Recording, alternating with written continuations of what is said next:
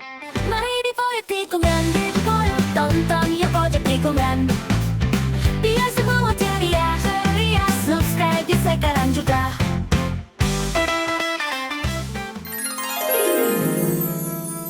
Tubuhnya membeku, sebab di dalam jaring bukan hanya ikan, tetapi juga potongan tubuh manusia.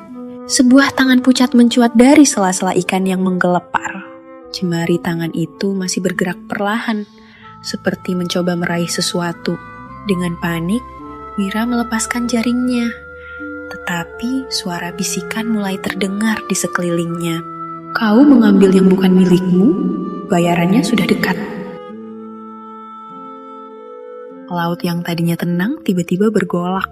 Dari dalam air, sosok perempuan berwajah rusak itu muncul lagi.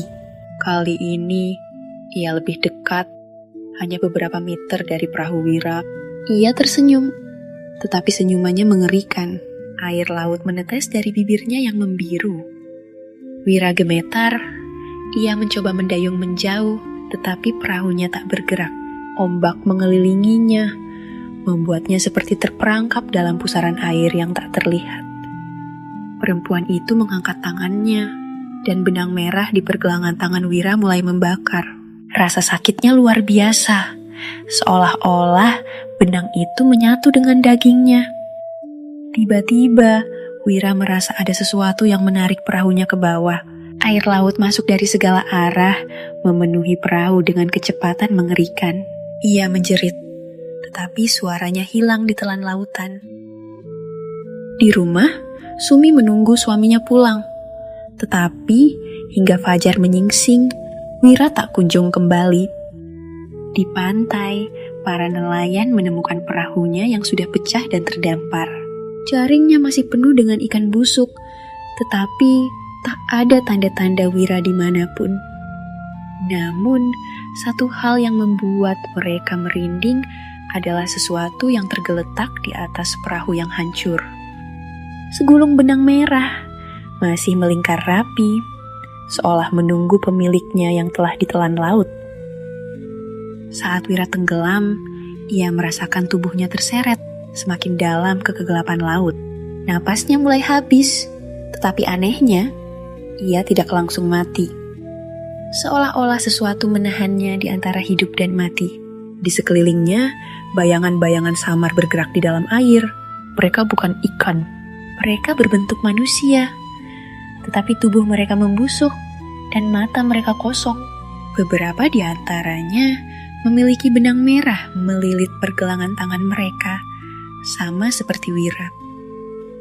Mereka bergerak perlahan mengelilingi Wira, wajah mereka menatapnya tanpa ekspresi. Lalu, di antara mereka, muncul sosok perempuan yang selama ini menghantuinya. Wajahnya kini lebih jelas, kulitnya membiru, rambutnya melayang dalam air seperti ganggang laut, dan matanya kosong, tetapi penuh dendam. Kau akhirnya kembali ke tempatmu. Wira ingin berteriak, tetapi air memenuhi mulutnya. Ia merasakan tangannya ditarik, dan tiba-tiba ia melihat sesuatu yang lebih mengerikan.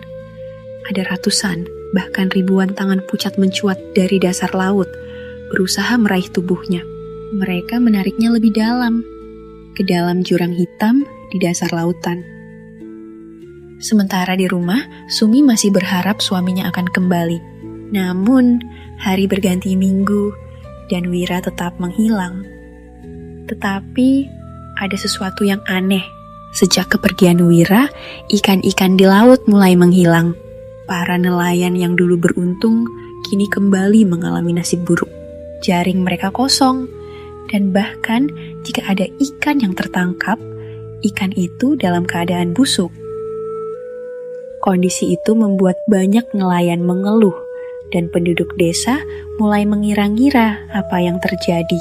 Ada yang berpikir memang belum rezekinya, tapi ada yang mengaitkan itu dengan hal mistis, yang beranggapan laut sedang marah, dan ada sesuatu yang diambilnya tapi masih menunggu.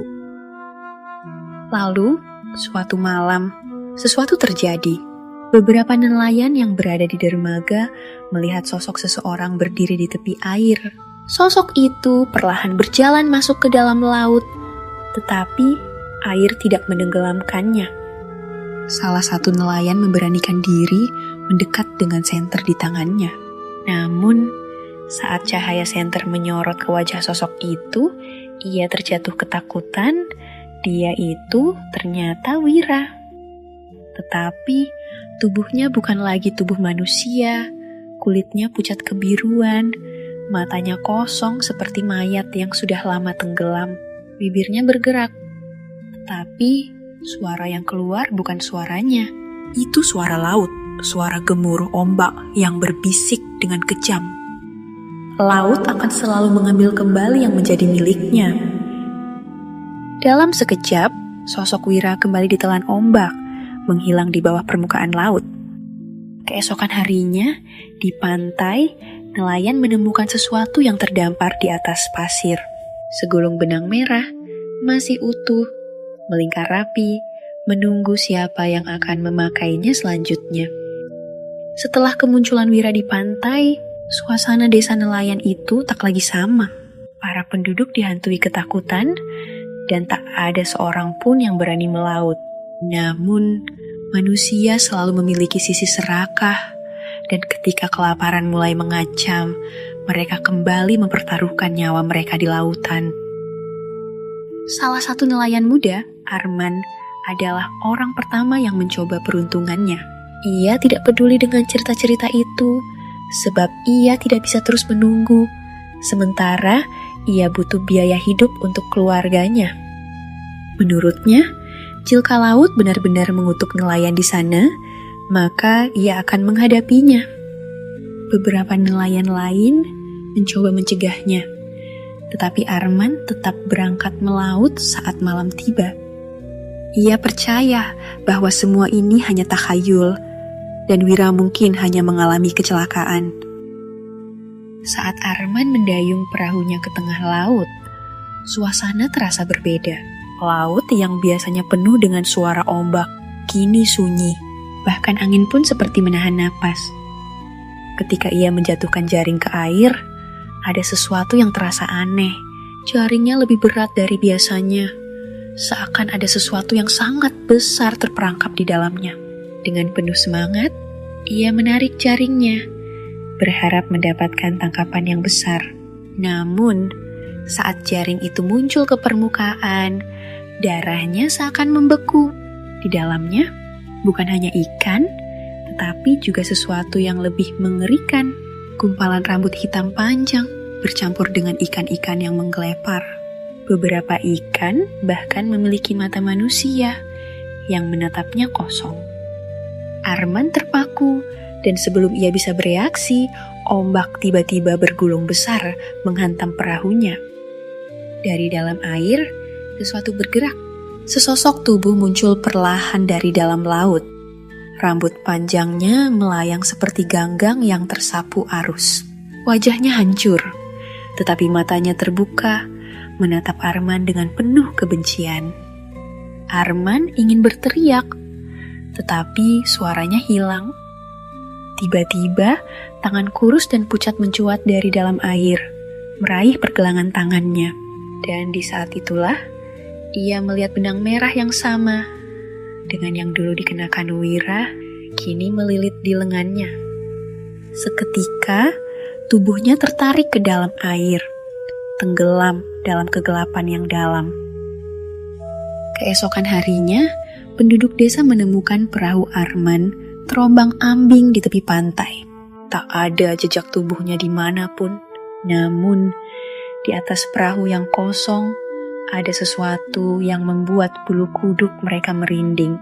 Gumpalan rambut panjang yang basah tergeletak di antara jaring. Dan di sampingnya, seutas benang merah menunggu pemilik baru. Setelah kematian Arman, ketakutan semakin mencengkeram desa nelayan. Tidak ada yang berani melaut, tidak ada yang berbicara tentang kejadian itu, tetapi semua tahu bahwa kutukan masih mengintai. Di tengah kecemasan itu, seorang pria bernama Rengga kembali ke desa. Ia adalah seorang pemuda yang pergi merantau ke kota, namun kini kembali setelah mendengar berita mengerikan tentang hilangnya Wira dan Arman. Rengga bukan nelayan, tetapi ia tidak percaya pada takhayul. Namun, ketika ia melihat ketakutan di wajah orang-orang desa, ia tahu bahwa ada sesuatu yang lebih besar daripada sekadar kecelakaan biasa. Sehingga, ia mendatangi sejumlah nelayan untuk mencari tahu yang sebenarnya terjadi. Dari penuturan warga, ia memutuskan untuk mencari tahu asal-usul kutukan itu. Rengga pertama-tama mencari tahu keberadaan Mbah Surya, dukun tua yang dulu memberi Wira benang merah. Setelah bertanya ke beberapa warga, akhirnya diketahui tempat tinggalnya. Ia menemukan Mbah Surya di rumahnya yang terpencil di pinggir desa. Kepada Mbah Surya, Rengga meminta informasi yang diketahuinya tentang yang sedang terjadi pada laut di desa nelayan. Mbah Surya bercerita bahwa bertahun-tahun lalu ada seorang perempuan bernama Ratna, seorang istri nelayan yang dituduh sebagai pembawa sial. Setiap kali suaminya melaut, ia pulang dengan tangan kosong. Akhirnya, suaminya sendiri mengusirnya dan menikah dengan perempuan lain. Ratna yang putus asa melompat ke laut dan menghilang. Namun, sebelum ia mati, ia bersumpah bahwa lautan akan membalas dendam atas penderitaannya. Sejak saat itu, setiap nelayan yang serakah dan melaut tanpa izin laut akan mengalami kejadian mengerikan.